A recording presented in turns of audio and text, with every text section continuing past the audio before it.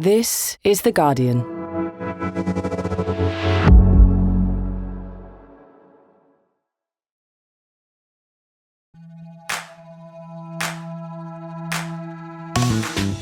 Hello, I'm Faye Carruthers and welcome to The Guardian Women's Football Weekly. We have a National Women's Soccer League special for you after Gotham FC were handed the keys to New York City following their 1-0 championship win over Washington Spirit in the final. We'll reflect on the game itself as well as the season as a whole. It's also the international break, so we're going to take a look at how the home nations are looking and react to the news that Tanya Oxtoby has left Northern Ireland to become Newcastle United's head coach.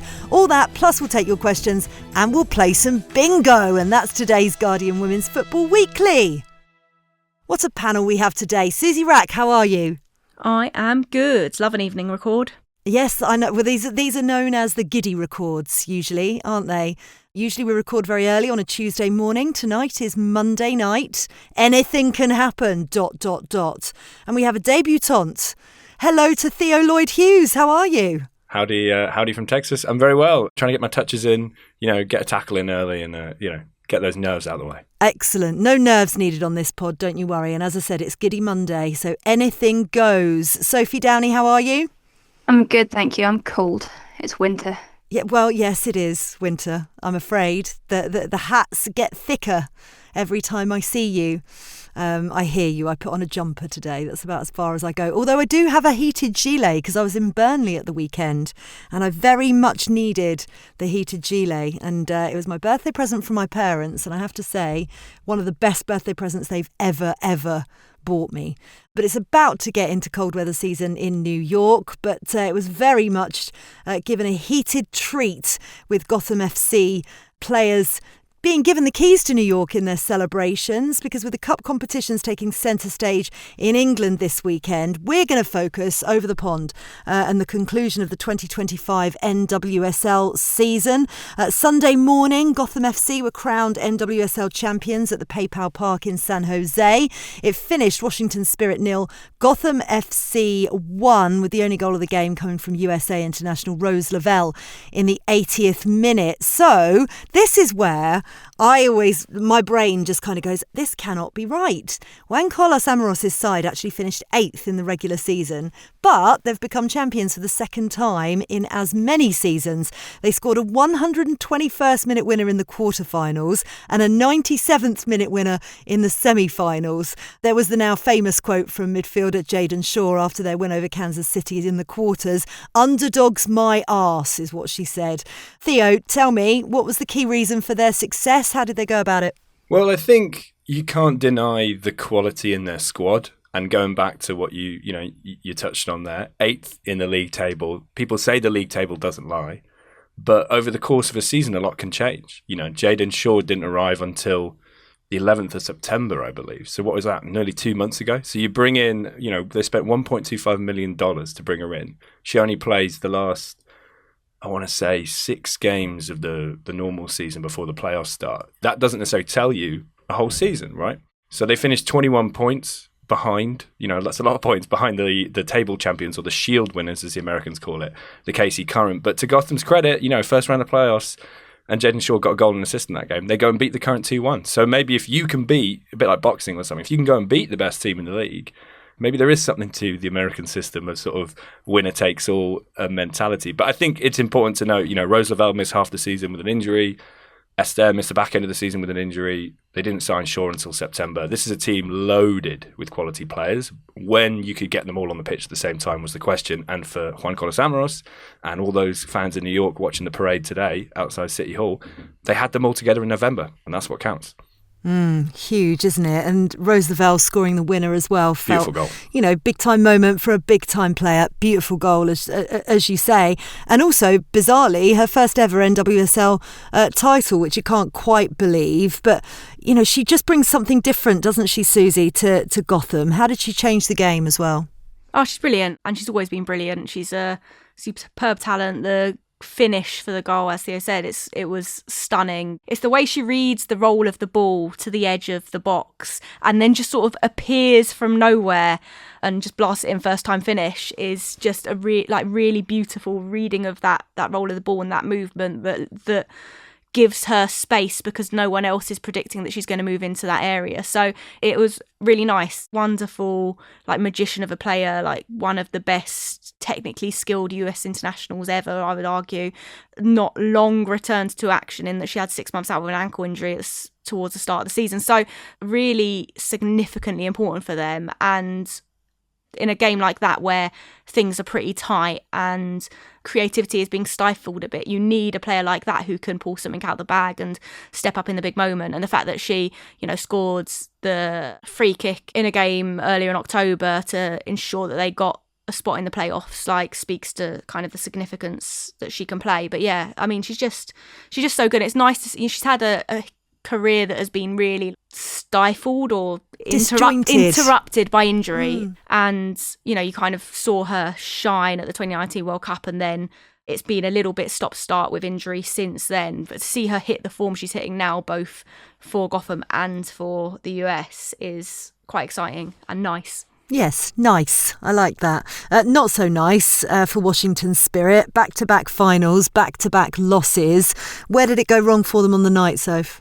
Yeah, absolutely gutting, isn't it? To lose 2 in a row is not a good record. But I think it was a lack of creativity. Was a big problem on the night. I think they had an XG of 0.49, 7 shots and 0 on target. So that kind of sums it up. I mean, there was that injury as well to Hel Hirschfeld, and they kind of persisted and kept her on the pitch. The coach afterwards said, I probably should have substituted her, because you could see in the build-up to that goal, that channel, that she was trying to mark and kind of was hobbling around, kind of left the whole Spirit defence kind of disjointed in that. So that was a problem. They've also been having injury problems. They couldn't use Trinity Rodman until the 55th minute. She's had a MCL sprain. She's also been out with a back sprain as well. You need her attacking creativity, right, to really get things going. And it was kind of that on the night. Yeah, that's not obviously any kind of injury to Trinity Rodman is going to disrupt things for them, but actually across the season, Theo, they've been disrupted. Jonathan Heraldez leaving mid-season for Lyon, Adrian Gonzalez then taking over. What have they got to do in the off-season to try and go that next step, turn the silver into gold, if you like? I love that, silver into gold. It's very interesting. I mean, yeah, they're kind of quickly becoming the bridesmaids of sort of American women's football, as much as they won't like that term. I think, Faye, they'd love to be talking about turning silver into gold, but I think right now they're trying to turn silver into dollars and to salary cap space, because the big story around this team is, can they keep Trinity Rodman? And the NWSL salary cap's at $3.5 million. Suzy, Sophie, and yourself could maybe tell me closer to what maybe Arsenal and Chelsea spend on their squad, but people believe it could be double that, maybe more than double that. And so these NWSL teams are getting priced out of top players. And the build-up to Saturday's final in San Jose, I was there. I can tell you what, we spoke about Trinity Rodman's contract as much as we spoke about the game. And this is the most recognisable, the most high profile, potentially the best player on the US roster right now. And as Soph, very well put, she's really struggled to get on the pitch. But, she is a big deal to this team. And I think before they can even start about building and winning a trophy in next season, everyone is talking about, can they keep Trinity Rodman? And, it just seems like it's up in the air. We're hearing a lot of, agent speak, a lot of transfer gossip. Some really good stuff reported at The Athletic, actually, about a local club in the USL Super League, which for English listeners is sort of like Division 2, officially not Division 2, but for someone to understand, it's sort of like a Division 2 club in Washington, D.C. has basically said, we'll quadruple her salary, allegedly, to bring her to this Division 2 club. So it's all getting quite silly, but I think if the NWSL changes the cap rules, keep Rodman, Michelle Kang, the owner, obviously owns London City Lioness, is not afraid to spend money. So maybe, silver into gold, maybe it's just about spending money. Well, yeah, and that feels like that's across the board nowadays, isn't it? Spend money and get success. I'm not quite sure how that then affects, well, I am sure how that affects the rest of the pyramid. It affects it negatively, without a doubt. However, we do need more investment in the game. Let's look at it from an English perspective, Suzy. We've spoken a lot about the US internationals, but what about the England internationals? Because Jess Carter and Esme Morgan both featured in the final. How do you think that they've both developed their game since they've been in the States? I think they've both come along hugely. I think it's reinvigorated both their careers massively. Obviously, Morgan not getting a lot of game time at City, Carter sort of drifting to the edges of Chelsea in a sort of final kind of months there. And I think it is a bit of a testament to both that they had the ambition to go and try and develop and sort of stay at the top level and not kind of be complacent. Morgan could have sat on the bench at City for the foreseeable, but you know, if you want to get in the England squad, you've got to kind of be ambitious. And Carter could have wound down and like thought, well, I'm coming to the end, you know, let's go and play lower league teams in the WSL, and most would have had her. So like, I think it shows ambition and like a desire to still kind of fight for their careers and their international careers as well. And then obviously there's benefits for England too, having players play in the States. You know, the fact that both of them were mid-season when they come to the Euros, like there's huge benefits to that. They're match ready, so they're not players you have to necessarily get ready. So I doubt they'll necessarily be in the same place by the time it gets around to the World Cup or whatever, but there's advantages there for English players playing in the States, and they've settled in well, like both of them. Yeah, really loved seeing their celebrations joining in as well overnight. Tenma Chawinga, let's talk about her, because named most valuable player, MVP. By the way, I feel like we need to bring that over here. Like, player of the match just doesn't quite sound as cool as MVP in my opinion. But it's the second season in a row she's been MVP. She finished the league as top scorer as well. It's really interesting because she's Malawian, isn't she, Soph? Is that right? Yeah, she is. So when you have such an incredible player but playing for such a small country, she doesn't kind of get the same international recognition, I think, that perhaps a player for you know, one of the more successful countries does. Do you think that's fair? I think it's always hard, especially when you're looking at like award season, and especially in a year like this year where you have many international competitions, and you know, the ones who come out on top are generally those who do well for their country. But she's ridiculously good. I think she has it all as a forward wide player. You know, she can run, obviously. She's got the pace to burn, but then she's got that real intuition of when to make those runs. She's really good defensively as well, I think, for a forward. And then she's that poacher in the box. And her stats just say it all right. She's the top goal scorer with 15 goals this season. She became the fastest NWSL player to reach 30 regular season goals. So she's just knocking off those records every time they come. And she was a real like key player. And I think they missed her when, you know, she was injured in that playoff round. They really, really missed her presence. And you could tell that, you know, they really needed her on the pitch and not sitting in the sidelines. Whoever won on Sunday would have been considered a surprise ahead of the start of the playoffs, to be honest.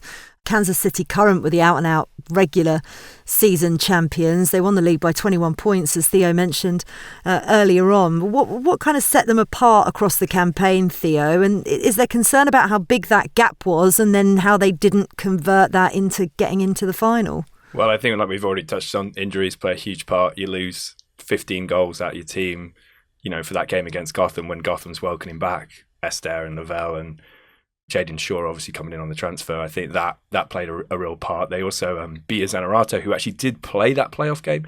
Vlatko Andonovski, the former US coach who now was taking the Current this season, he's actually just stepped down to become the sporting director rather than the kind of head coach manager.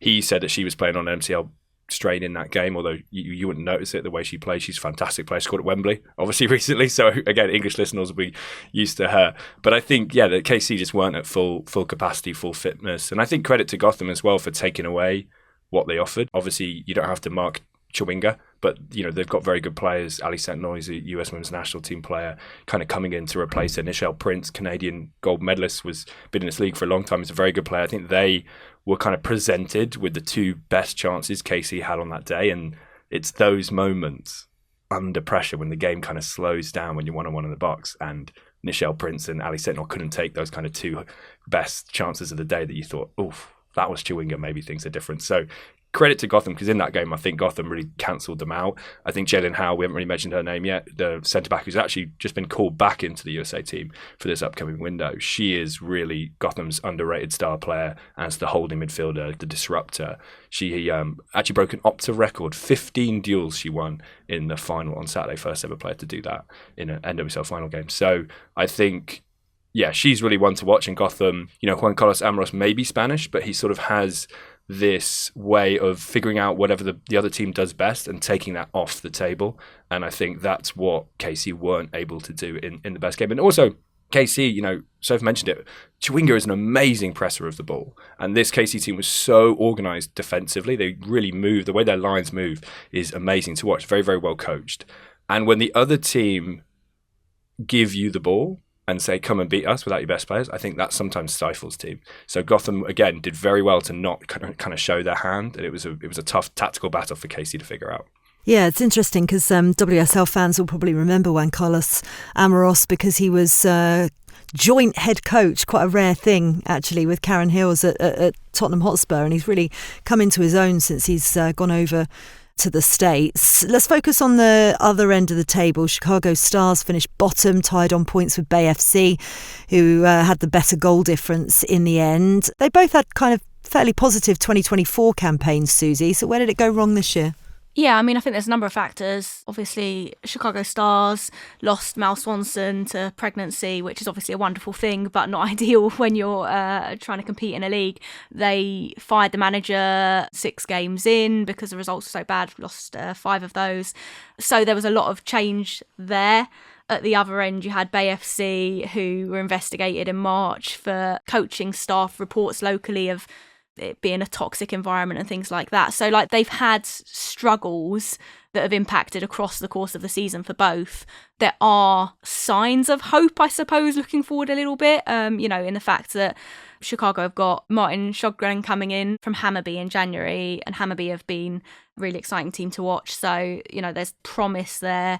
Bay FC, meanwhile, obviously they've got Kay Cossington in charge of Bay Collective, like such a critical component for England.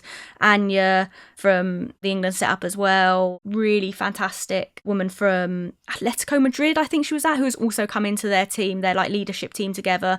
And they are leading the recruitment of a new manager and are big advocates for progressive way of doing things and a player-led environment focused like approach to building teams and clubs. So I think there is good signs there too. So I don't think it's kind of complete disaster. They've got the benefit of the American system in that there is no relegation, so there's not that threat. So you do have the opportunity to turn things around and stuff in a different way and sort of start from a blank slate come a new season. What about the other playoff teams, Soph? Portland Thorns, Orlando Pride, Seattle Reign, San Diego Wave, Racing Louisville. Whose season kind of impressed you the most? Well, that's a big question, so I'm not going to go through all of them. But I think maybe from a more personal perspective, the one I was keeping an eye on was San Diego Wave because of obviously Jonas Eidevall coming in. And I really thought his style of football would kind of suit the NWSL, and it proved to be. I mean, I guess they started the season pretty well. They went on like a 5 or 6 match unbeaten streak around the April-May time, which really set them up for that playoff place. And they have a real like diversity, I guess, in terms of attackers and goal scorers. I think they had something like 13 different goal scorers throughout the league. So there are positive signs there, and to reach a playoff was really good for them. I watched the one against Portland, pretty tight game. There's lots to build on for them. The other one that caught my eye, maybe this is more biased because it's more of an English, but Laura Harvey at Seattle Reign, they finished 13th in 2024. And they got into the playoff positions this year. They finished 5th, I think, this season. A marked improvement. I was going to ask Theo, though, how the whole ChatGPT thing went down in the NWSL because just for the listeners, Laura Harvey admitted in an article that she had used ChatGPT to do her tactics to prepare for the opposition, and I don't think it went down too well over here. So I was wondering what it was like over there. Yeah, I mean, look, so whenever I get a text from an English person, the time difference, I wake up about 8 in the morning and I've got a bunch of messages. And they're from English people talking about the NWSL, I know it's either really good news or really bad news. And the amount of people that reached out to me to be like, what's going on here? Who's Laura Harvey? What's going on? People that don't even watch women's football, right? And again, I think when that story crosses over, again, it's either a really good story or it's kind of a bad story. So I think it was a bit embarrassing as someone, working in journalism that doesn't like AI or finds that AI is a bit scary. But when you take a step back and you do listen to the podcast and the whole podcast, I think what she did and said isn't as bad as it sounds. She sort of basically said she asked AI and it suggested playing a back 5. And then she sort of said, I did this funny thing to her staff and then they decided to try it. It's sort of like, it's not like she was just letting AI pick the side.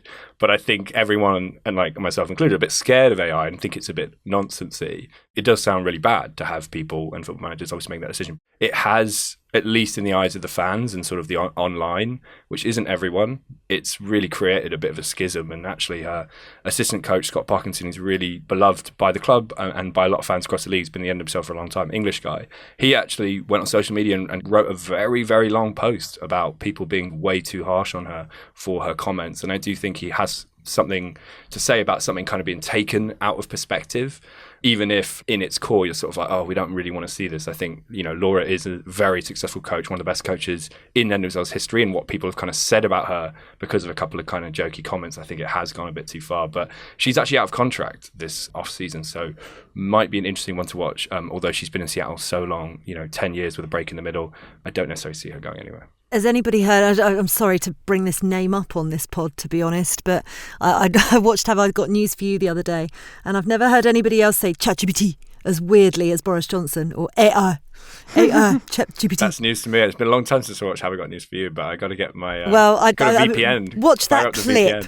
Fire up the VPN, watch the clip. I'm sure it will be somewhere on the internet. It was quite something. Listen, before we let you go, Theo, obviously we've got couple of new expansion teams in 2026, Denver Summer FC and Boston Legacy FC. But I kind of want a bigger question for you, really, Theo, in terms of what you're hoping to see happen over the next few months to make the NWSL an even better product in 2026. Tell everyone who's not a massive fan of the NWSL yet why they should be watching. I think, and I say this as a huge, WSL fan, I think it is the best league in the world, top to bottom. I think it's pretty indisputable. 10, 11 teams in this league are very good, and I think could easily finish 4th or 5th, 6th in the WSL. Is there a team that could maybe go and win the Champions League? I don't know. We'll know a little bit more in February when there's that FIFA Champions Cup weird thing in Wembley, where we're at Arsenal and Corinthians and Gotham and the African Champions League winner all going to get together. But I don't think this is necessarily a league for falling in love with sort of one mega team like you might do traditionally in European football or South American football. But I think when you're trying to catch a game that's going to give you surprises, entertainment, really exciting players, a really global mix of players as well, I think that's really underrated. The league obviously has a lot of Americans, the American NCAA college system. The national team has a huge reputation. But I actually think the best thing about the NWSL right now, to anyone who wants to go check it out, is the amazing mix of players. 49 different national teams were represented in the NWSL this year.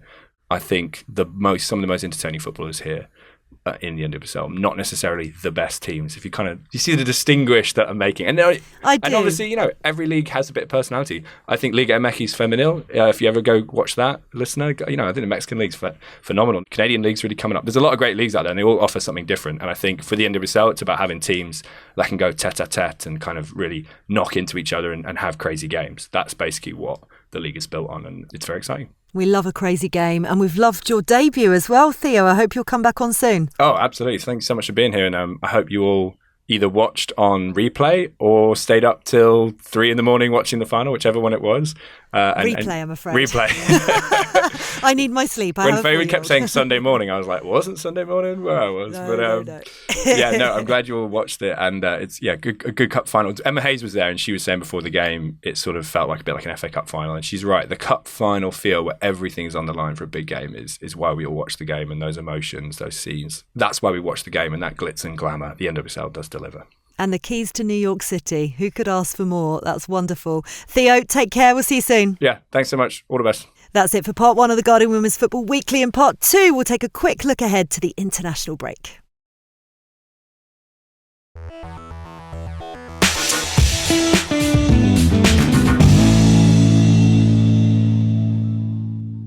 Welcome back to part 2 of the Guardian Women's Football Weekly. So international football returns this weekend. The Lionesses are hosting 2 final friendlies of the year. They're going to meet China at Wembley on Saturday before facing Ghana in Southampton. Sarina Wiegman announced her squad last week. We did mention this. Freya Godfrey received her first call-up. Anouk Denton also returns. More graduates from the under-23s, Suzy, which is what we've predicted. How good is that? Yeah, it's brilliant. I mean, it shows how good the setting up of that under-23s team has been at building this pathway between the youth teams and the national team. It's a real, step up into it. And I think like a lot of those players have spoken about how good it is at preparing for that environment because they try. It's hugely important at cultivating that crop of players and readying them for the senior side.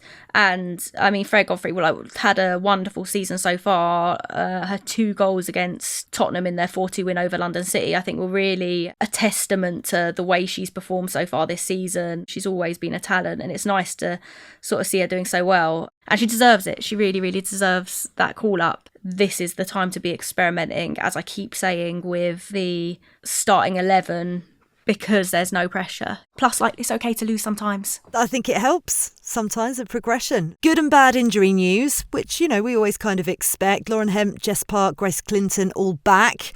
We know Michelle Adjumang is out for what will be a long time with that ACL injury she picked up. Alex Greenwood's out, Hannah Hampton, Leah Williamson as well. Jess Carter's been given time to rest after winning the NWSL Championship, and Lauren James is going to continue her recovery at Chelsea, which all seems very sensible when you think about it, Soph.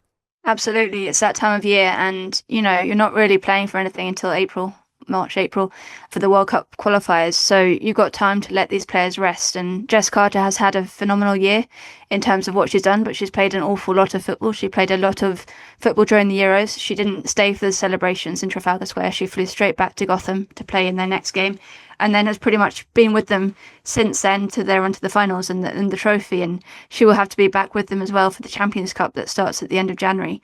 I think you really have to credit Wiegman. A lot of coaches wouldn't do that. And I think sometimes Serena gets criticism herself for not, you know, changing around players. I think it's a bit of a myth myself. I think the amount of young players that have come through the 23s in recent years and been given an opportunity, and the amount that have actually stayed in the seniors rather than flip-flopping between the two, is testament to the fact that she is willing to give youth a chance. One of the standout players in the last camp was Lucia Kendall against Australia. She was player of the match. So these players are getting their opportunities, and that's what you need, as Suzy said, that's what you need these windows for. We'll remember the 2023 World Cup game against China, which was the last time that England faced them. What are we expecting to see from them 5 and a bit years? Oh my God, I can't add. 2 and a bit years on, Suzy. That's a big I was thinking difference. 2025. I was like, no, that's not right.